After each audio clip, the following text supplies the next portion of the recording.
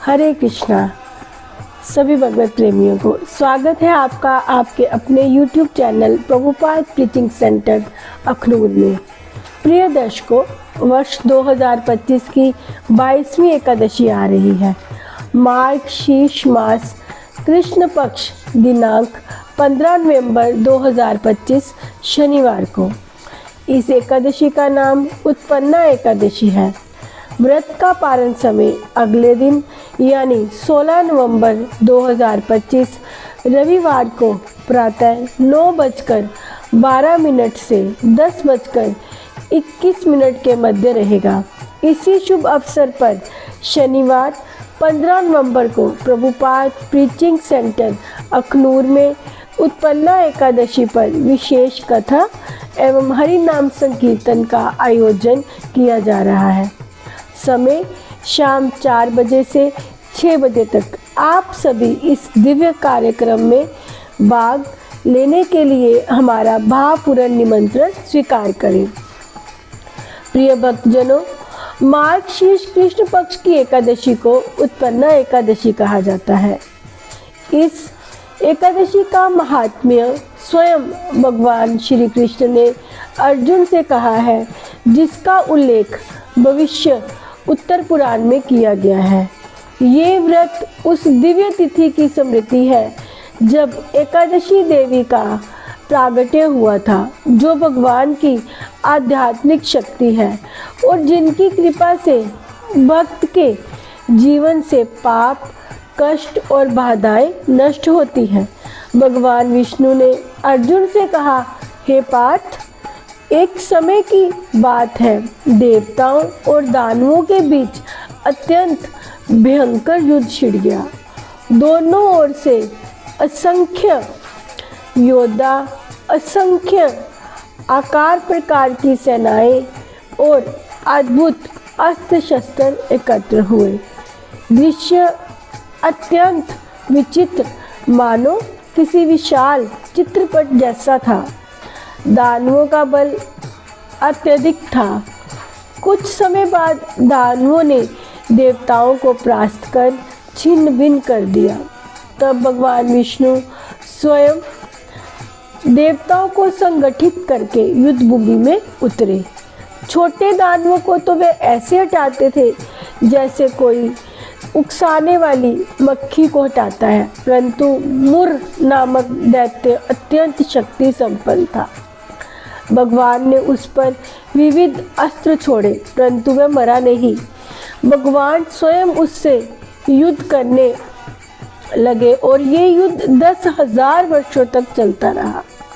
अंततः भगवान विष्णु उस तीव्र युद्ध के बाद विश्राम के लिए हिमालय के समीप बद्रिकाश्रम पहुँचे और वहाँ के एक अद्भुत मनोहर स्वर्ण जैसी चमक वाली गुफा हेमावती गुफा में विश्राम करने लगे। भगवान जब विश्राम कर रहे थे, तभी दैत्य मुर उन्हें सोते हुए मारने के उद्देश्य से गुफा में घुस आया। तभी अचानक भगवान के दिव्य शरीर से एक अत्यंत तेजस्विनी और जस्विनी दिव्य कन्या प्रकट हुई। उसके हाथों में अलौकिक अस्त्र शस्त्र थे और उसने तुरंत मुर दैत्य पर भीषण प्रहार करना आरंभ किया। कुछ क्षणों में ही उसने उस दैत्य का संहार कर दिया और उसका सिर धड़ से अलग कर दिया। अन्य दानव भयभीत होकर पाताल लोक भाग गए। जब भगवान विष्णु जागे और उन्होंने मुर दैत्य का निर्जीव शरीर देखा तथा उनके सामने वे तेजस्विनी देवी खड़ी थी, तो वे आश्चर्यचकित हो उठे।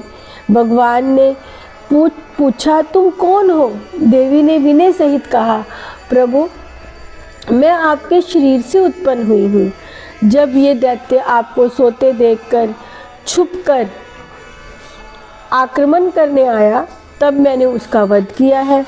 भगवान अत्यंत प्रसन्न हुए और बोले, देवी, मैं तुमसे अत्यंत संतुष्ट हूँ, तुम कोई भी वर मांगो। देवी ने कहा, यदि प्रभु मुझे वर देना चाहते हो तो मुझे ऐसी शक्ति दे कि जो कोई भी इस तिथि पर व्रत करे उसके सबसे भयानक पाप भी नष्ट हो जाएं। भगवान बोले, देवी तुम मेरी दिव्य शक्ति हो। आज की तिथि एकादशी कहलाएगी। जो कोई इस दिन व्रत करेगा उसके सभी पाप नष्ट हो जाएंगे और वह आध्यात्मिक आनंद प्राप्त करेगा। जो भक्त इस एकादशी का पालन करेगा उसे मैं अपने धाम की प्राप्ति भी दूंगा। भगवान ने आगे अर्जुन से कहा, हे कुंती नंदन, इस एकादशी का पालन करने से मनुष्य के जीवन की सारी बाधाएं दूर होती हैं। विशेषकर वह एकादशी जो द्वादशी से संयुक्त हो वह सर्वोत्तम मानी गई है।